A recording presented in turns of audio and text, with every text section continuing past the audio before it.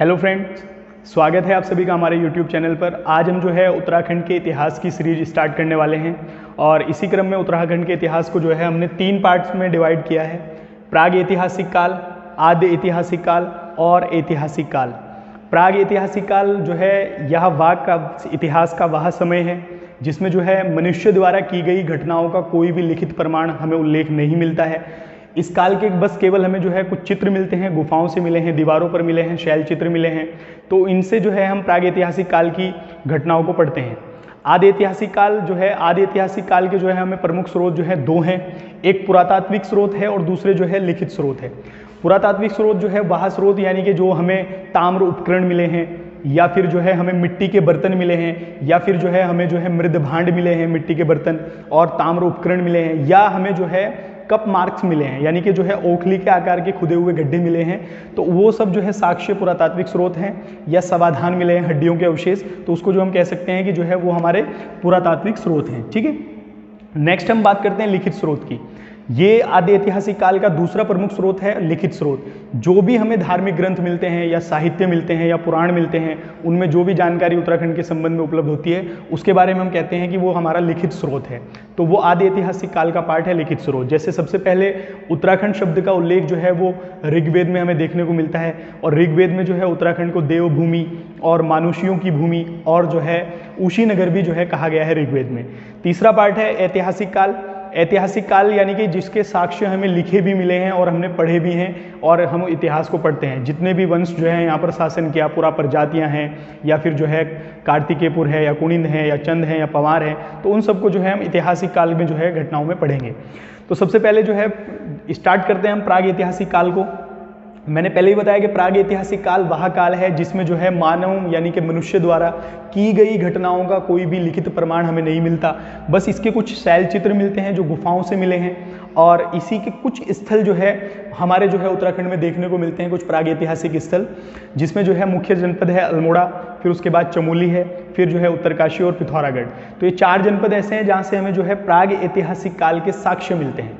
हमने ध्यान से बात को समझना है इतिहास को, कि हमने कहा है कि प्राग ऐतिहासिक काल वह काल है यानी कि जिस काल में मानवों की घटनाओं का उल्लेख नहीं मिला है, और जो हमें शैलचित्र मिले हैं उनसे ये सिद्ध होता है कि इस काल का जो मानव है वो प्रायः गुफाओं में निवास करता था और अपने आराम के समय कुछ सुंदर चित्रकारी जो है की होगी उसने, और खाने के लिए फलों और शिकार पर निर्भर था।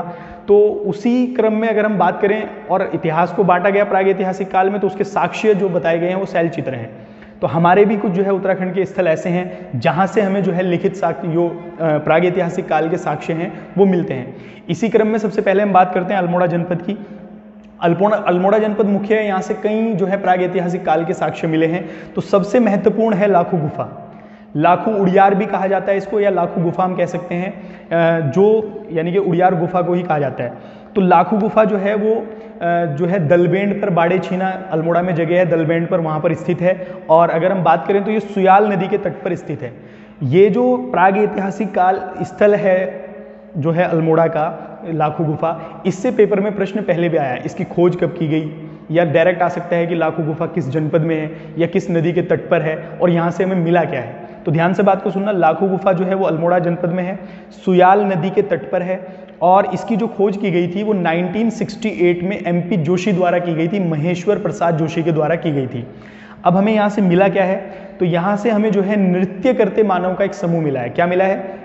नृत्य करते मानव का एक समूह मिला है, यानी कि जो है, और कई बार प्रश्न पेपर में आता है कि अगर हम बात करें लाखू गुफा से जो हमें चित्र मिले हैं उनका मुख्य विषय क्या है, तो उनका मुख्य विषय ही है सामूहिक नृत्य, यानी कि मानव जो है वो समूह में क्या कर रहा है, नृत्य कर रहा है। और जो चित्र हमें यहाँ से प्राप्त हुए हैं लाखू गुफा से, इनमें 3 रंगों का बेसिकली प्रयोग किया गया है, लाल, काला और जो है सफ़ेद। तो इन 3 रंगों का कई बार पूछ ले कि लाखू गुफा से प्राप्त शैल चित्रों में कितने रंगों का प्रयोग हुआ है, तो 3 रंगों का प्रयोग हुआ है, लाल, सफ़ेद और काला। ठीक है, ध्यान से बात को सुनना। उसके बाद दूसरा स्थल, इसका महत्वपूर्ण स्थल है बच्चों, दूसरा स्थल है फड़कानौली और पेटसाल। 2 ऐसे प्राग ऐतिहासिक स्थल हैं अल्मोड़ा जनपद के जो बड़े महत्वपूर्ण हैं। इनका वर्ष भी डायरेक्ट जो है परीक्षा में पूछा जाता है। तो जो फड़कानौली है, इसकी जो खोज की गई थी वो 1985 में की गई थी, 1985 में की गई थी, और यशोधर मठपाल के द्वारा की गई थी। किसके द्वारा की गई थी? यशोधर मठपाल के द्वारा की गई थी फड़कानौली की खोज। यहां से मिला क्या है, यहां से 3 शैल चित्र मिले हैं। कितने शैल चित्र मिले हैं? 3 शैल चित्र मिले हैं। दूसरा स्थल है पेटशाल, ये भी अल्मोड़ा में है। एक बात ध्यान रखना, यहाँ से डायरेक्ट जो है ऑब्जेक्टिव प्रश्न बनता है कि फड़कानौली प्रागैतिहासिक स्थल जो है किस जनपद में है, या पेटसाल प्रागैतिहासिक स्थल किस जनपद में है, या लाखू गुफा किस जनपद में है। तो डायरेक्ट यहाँ से प्रश्न पेपर में बनता है। तो जो यशोधर, इसकी जो पेटसाल की खोज की गई है वो 1989 में की गई है, 1989 में। तो इन दोनों प्रागैतिहासिक स्थलों की खोज जो है वो यशोधर मठपाल के द्वारा की गई है। फड़कानौली 1985 और जो है पेटसाल 1989। अब पेटसाल से क्या मिला है हमें कत्थई रंग के शैल चित्र मिले हैं पेटसाल से। किस रंग के? कत्थई रंग के जो है हमें क्या मिले हैं? शैल चित्र मिले हैं। ठीक है। दूसरा स्थल है जो है इसका फलसीमा। दूसरा प्रागैतिहासिक स्थल है फलसीमा, और फलसीमा से हमें जो है योग व नृत्य मुद्रा में, यानी कि योग व नृत्य मुद्रा में मानव के चित्र मिले हैं। ये कहाँ से मिले हैं? ये हमें जो है मिले हैं फलसीमा से, और फलसीमा हमारा कहाँ पर है? तो अल्मोड़ा में है। ठीक है। नेक्स्ट है कसार देवी। कसार देवी से जो है हमें जो है 14 नर्तकों का सुंदर चित्रण मिला है। कसार देवी जो है एक स्थल है, प्रागैतिहासिक स्थल, अल्मोड़ा में पड़ता है। कसार देवी मंदिर भी है। तो यहाँ से हमें 14 नर्तकों का सुंदर चित्रण मिला है। क्या मिला है? 14 नर्तकों का सुंदर चित्रण। कई बार पेपर में प्रश्न बनता है कि 14 नर्तकों का सुंदर चित्रण कहाँ से मिला है, तो वो जो है कसार देवी अल्मोड़ा से मिला है। ठीक है। तीसरा अगला नेक्स्ट स्थल है लुएथाप। लुएथाप से हमें जो है लाल रंग के शैल चित्र मिले हैं। किस रंग के? लाल रंग के शैल चित्र मिले हैं लुएथाप से। ठीक है। तो बच्चों ध्यान से बात को सुनना, हमारे जो है जो अल्मोड़ा के प्रागैतिहासिक स्थल है, मुख्य हैं, इंपॉर्टेंट है, यहाँ से पेपर में प्रश्न बनता है। लाखू गुफा है, 1968 MP जोशी ने खोज की है। उसके बाद जो है फड़कानौली है 1985, 3 शैल चित्र मिले हैं। फिर पेटसाल है 1989, यहाँ से योग जो है कत्थई रंग के शैल चित्र मिले हैं। और इन दोनों प्रागैतिहासिक स्थलों की खोज जो की गई थी वो यशोधर मठपाल के द्वारा की गई है। उसके बाद कसार देवी से 14 नर्तकों का सुंदर चित्रण, और फलसीमा से योग व नृत्य मुद्रा में मानव के चित्र, और लुएथाप से लाल रंग के शैल चित्र हमें जो है प्राप्त हुए हैं। ठीक है। सेकंड हम जो है जनपद की बात करते हैं चमोली की। चमोली प्रागैतिहासिक स्थल की हम बात करते हैं। तो चमोली से जो है हमें सबसे इंपॉर्टेंट है अल्मोड़ा, उसके बाद हम बात कर रहे हैं चमोली की। तो चमोली के जो प्रागैतिहासिक स्थल हैं वो भी परीक्षा में जो है पूछे जाते हैं, इंपॉर्टेंट है। तो चमोली से जो है हमें सबसे पहला है ग्वारख्या गुफा। ग्वारख्या गुफा, या फिर हम इसको कह सकते हैं ग्वारख्या उड़ियार। ठीक है। तो ये जो है चमोली के जो है डुंगरी गांव में है, और जो है अलकनंदा नदी के जो है तट पर है। किस नदी के तट पर है? अलकनंदा। जैसे हमने जो है लाखू गुफा की बात की थी, ये सुयाल नदी के तट पर था, और जो है हमारी जो ग्वारख्या गुफा है ये अलकनंदा नदी के तट पर है। और यहाँ इसकी जो खोज की गई थी वो राकेश भट्ट के द्वारा की गई थी। राकेश भट्ट के द्वारा अलकनंदा नदी के किनारे ग्वारख्या गुफा की खोज की गई है। अब हमें यहाँ से मिला क्या है? हमें जो है यहाँ से मानव और पशुओं के, दोनों मानव और पशुओं के जो है 41 रंगीन शैल चित्र मिले हैं। कितने मिले हैं? 41 जो है रंगीन शैल चित्र हमें मिले हैं। कहाँ से? चमोली से। चमोली के ग्वारख्या गुफा से 41 रंगीन शैल चित्र मिले हैं, जिसमें कुछ मानव के हैं और कुछ जो है पशुओं के हैं। ठीक है। तो देखो डायरेक्ट तो वैसे भी कई बार पूछ सकता है प्रश्न पेपर में कि ग्वारख्या गुफा या ग्वारख्या उड़ियार कहाँ पर है, तो चमोली में है। और ये एक प्रागैतिहासिक स्थल है जिसको राकेश भट्ट के द्वारा जो है क्या किया गया था? खोजा गया था। नेक्स्ट स्थल है हमारा किमनी गांव। किमनी गांव जो है वो चमोली में पड़ता है, और ये पिंडर नदी घाटी में स्थित है। किस नदी घाटी में स्थित है? तो पिंडर नदी घाटी में स्थित है। यहाँ से हमें जो है सफेद रंग में पशुओं के और हथियारों के चित्र मिले हैं। कुछ हथियार बने हुए हैं और कुछ पशुओं के चित्र बने हुए हैं, जिनमें जो है सफेद कलर यानी कि व्हाइट कलर का जो है प्रयोग किया गया है। सफेद रंग के जो है चित्र मिले हैं यहाँ से। ठीक है। नेक्स्ट है इसका जो है हमारा मलारी गांव। मलारी गांव जो है चमोली का एक महत्वपूर्ण प्रागैतिहासिक स्थल है। यहाँ से बहुत सारे प्रश्न पेपर में बनते हैं। ठीक है। सबसे पहले तो जो मलारी में जो कार्य किया गया था खोजने का, उत्खनन का, तो वो किया गया था गढ़वाल विश्वविद्यालय द्वारा 1983 और 2001 में। 2 बार किया गया है, 1983 और 2001 में। नेक्स्ट हम बात करते हैं यहाँ से मिला क्या है। तो बच्चों यहाँ से जो है 5.2 किलोग्राम का सोने का मुखौटा मिला है। 5.2 किलोग्राम का सोने का मुखौटा मिला है। एक पशु का पूर्ण कंकाल मिला है। ठीक है। नेक्स्ट मोनाल का चित्र मिला है। मोनाल का चित्र मिला है, और यहाँ से मिट्टी के बर्तन भी मिले हैं, जो कि एक पुरातात्विक स्रोत है। यानी कि और कह सकते हैं कि यहाँ से जो हमें मिट्टी के बर्तन प्राप्त हुए हैं वो पाकिस्तान की स्वात घाटी के शिल्प के समान है। तो ये भी प्रश्न पेपर में बनता है।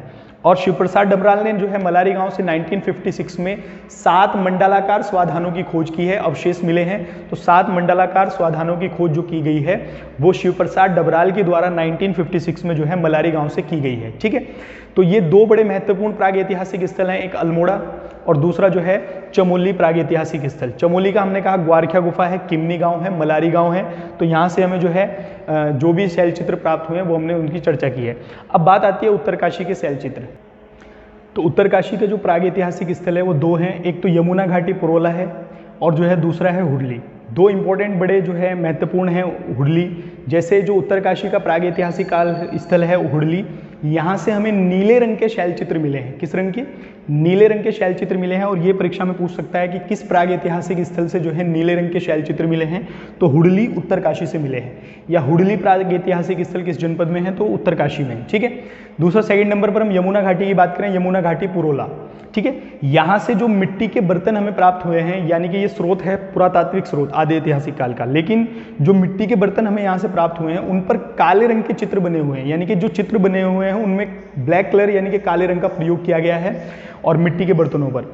और इसमें जो है एक इतिहासकार हैं बीबी लाल। बीबी लाल ने जो है जो ये मृद भांड वाली संस्कृति है, यानी कि मिट्टी के बर्तनों पर जो चित्रकारी की गई है, इस संस्कृति को जो है महाभारत कालीन बताया है इतिहासकार बीबी लाल ने। ठीक है। तो यहाँ से यमुना घाटी मृद भांड पर काले रंग के हमें चित्र मिले हैं। दूसरा जनपद है हमारा सेकंड नंबर पर जो है पिथौरागढ़।